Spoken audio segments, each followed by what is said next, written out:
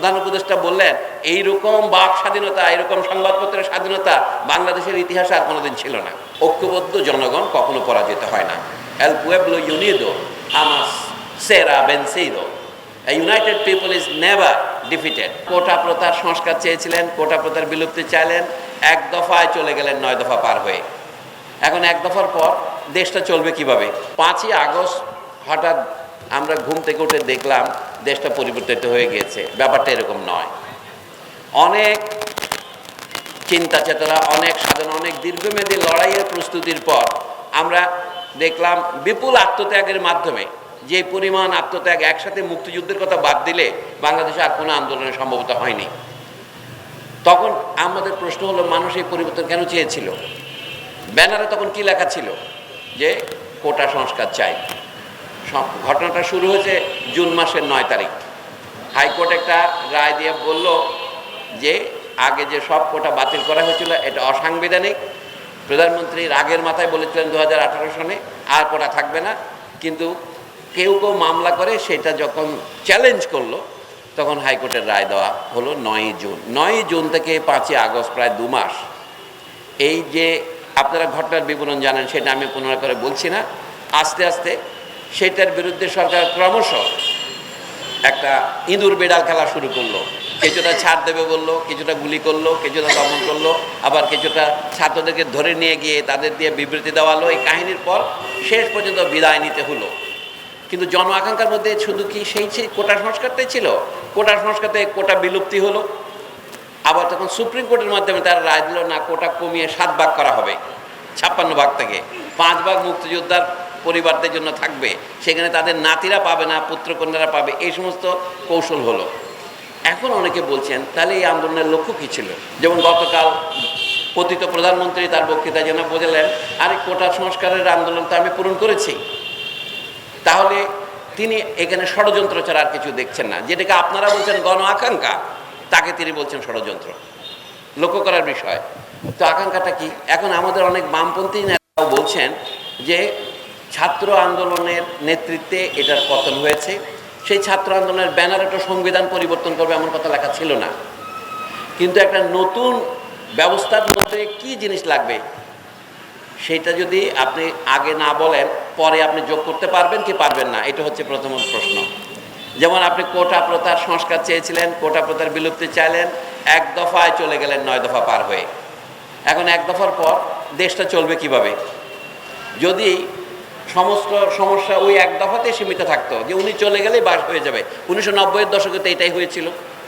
General এরশাদের পতনের পরে তখন 4 জোট মিলে একটা চুক্তি করলেন, আমরা দেশ এখন এইভাবে চালাবো। ধরেন এখন আবার 1990-এর যদি একটা পুনরাবৃত্তি হয়, তাহলে যে দেশ তো আবারও 2007-এর দিকে যাবে, আবার 2024-এর দিকে যাবে।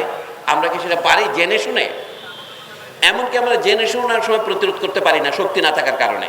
এই জন্য কালকেও বক্তৃতায় আমি সন্ধ্যা একটা কথা স্প্যানিশ স্লোগান বলেছিলাম, ঐক্যবদ্ধ জনগণ কখনো পরাজিত হয় না।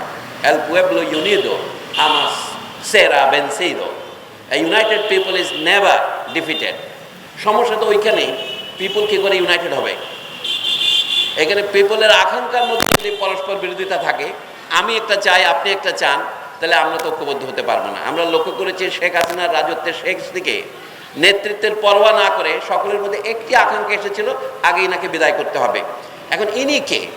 এনার পেছনে ছিল দেশের সশস্ত্র বাহিনী, এনার পেছনে ছিল দেশের পুলিশ বাহিনী, এনার পেছনে দেশের বুদ্ধিজীবী বাহিনী। তারা সংখ্যায় কম বেশির কথা আমি বলছি না, তাদের কর্তৃত্বের মধ্যে আমরা নত হয়েছিলাম, কোনো কথাই বলতে পারছিলাম না। আজকে যে সবাই কথা বলছি এটা বলা সম্ভব ছিল না। তাহলে একটি আকাঙ্ক্ষা আমাদের আংশিক পূরণ হয়েছে, যে আমরা এখন কথাবার্তা বলতে পারছি। প্রধান উপদেষ্টা বললেন এইরকম বাক স্বাধীনতা, এরকম সংবাদপত্রের স্বাধীনতা বাংলাদেশের ইতিহাসে আর কোনোদিন ছিল না। কথাটার মধ্যে একটু অতিশয়োক্তি থাকতে পারে, কিন্তু খানিকটা সত্য যে আমরা কথা বলতে পারছি। কিন্তু শুধু কথায় কি চিড়ে ভিজবে আমাদের? আমরা কাজ চাই। তো কাজ কি কি আমাদের দরকার? আমরা দেশে একনায়কত্ব এবং পারিবারিক একনায়কত্ব, ব্যক্তি একনায়কতন্ত্র, এমনকি শ্রেণী একনায়কতন্ত্র যেন না হয় সেটাই চাই। তো সেটা করতে হলে কোন কোন দাবিগুলো আমাদেরকে দাবি আকারে উপস্থাপন করতে হবে, এইটা আমি মনে করছি জন আকাঙ্ক্ষাকে রাজনৈতিক নেতৃত্ব দেওয়ার। জন আকাঙ্ক্ষা নিজের থেকেই নিজেকে সফল করবে না যদি তাকে রাজনৈতিক নেতৃত্ব দেওয়া না হয়। তো নেতৃত্বের প্রশ্নটা দাঁড়াচ্ছে এখন এইভাবেই, বাংলাদেশে যে স্বৈরতন্ত্রের উদ্ভব হলো, আমরা কি বুঝতে পেরেছি এটা কী কারণে হয়েছে?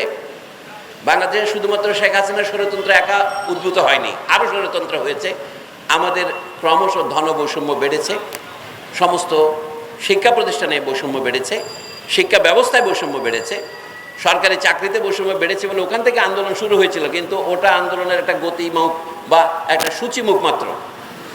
তাহলে বৈষম্যের কারণগুলো যদি আমরা সত্যি অন্তর দিয়ে বুঝতে পারি এবং সেগুলি প্রতিরোধের মতো ওষুধ আমরা আবিষ্কার করতে পারি, রোগ নির্ণয় করলে অর্ধেক উপশম হয়। আমার ভয় হচ্ছে আমরা রোগটি নির্ণয় করতে পেরেছি কিনা। অনেকের মধ্যে এখন বুঝে যে একটা আতঙ্ক বিরাজ করছে যে আমাদের ৭২-এর সংবিধান রক্ষা করতে হবে। ৭২-এর সংবিধান কেন রক্ষা করতে হবে, কি নীতির কারণে রক্ষা করতে হবে, এটা বলা দরকার। অভ্যুত্থান শুধুমাত্র হাসিনার পরাজয় ঘটায় নাই, যে ব্যানারে লেখা না থাকলেও সেটা সংবিধানকে উৎখাত করেছে।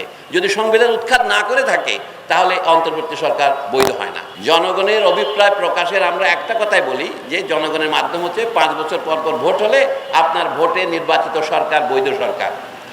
এইটা হচ্ছে গণতন্ত্রের ১ নম্বর অর্থ। কিন্তু গণতন্ত্র মানে কি শুধু সরকার নির্বাচন? গণতন্ত্র যদি প্রত্যেকটা প্রতিষ্ঠানে আপনি কায়েম করতে চান, প্রত্যেকের কণ্ঠস্বর শোনাতে চান, তাহলে আপনার গণতন্ত্রের অর্থে দ্বিতীয় অর্থে আসতে হয়। দ্বিতীয় অর্থ হচ্ছে যদি আমাদের নির্বাচিত সরকার যে কোনো কারণে জন আকাঙ্ক্ষার সাথে বেইমানি করে, বিশ্বাসঘাতকতা করে, তাহলে সেই সরকারকে উৎখাত করার ক্ষমতা জনগণ সংরক্ষণ রাখে। এটি হচ্ছে জনগণই সার্বভৌমত্বের মালিক কথার নিহিত অর্থ। কাজে গণতন্ত্রের কমপক্ষে দুটো অর্থ আছে, বহু অর্থ আছে, আমি শুধু দুটোর উপরে গুরুত্ব দিচ্ছি। এক হচ্ছে সময় মতো নির্বাচন এবং যার ভোট সে দেবে এবং তাদের আকাঙ্ক্ষা অনুসারে যে সরকার গঠিত হবে সেই সরকার গঠিত হলে এটা বৈধ সরকার এবং একটা গণতন্ত্র আছে। এটা হচ্ছে প্রতিনিধিত্বমূলক গণতন্ত্র। কিন্তু গণতন্ত্রের সর্বস্তর কী হচ্ছে সেটা আমরা একটু আমাদের ইতিহাসের দিকে তাকাই। ব্রিটিশ ভারতে কোনো সাধারণ নির্বাচন হয়নি, এটা পরাধীন দেশ ছিল। বিলেত থেকে উড়ে আসা প্রথম দিকে একটা কোম্পানি চালাতো ১০০ বছর, তারপরে ব্রিটিশ সরকারের পাঠানো একজন গভর্নর জেনারেল এবং তাদের বাহিনী, বেসামরিক এবং সামরিক বাহিনী দেশ চালাতেন। ধীরে ধীরে দেশে যখন প্রতিনিধিত্বমূলক গণতন্ত্রের কথা আসলো তখন বললো ইউনিয়ন বোর্ডের নির্বাচন হবে, মিউনিসিপ্যাল বোর্ডের নির্বাচন হবে, সেগুলো ইংরেজরা ছাড়লো।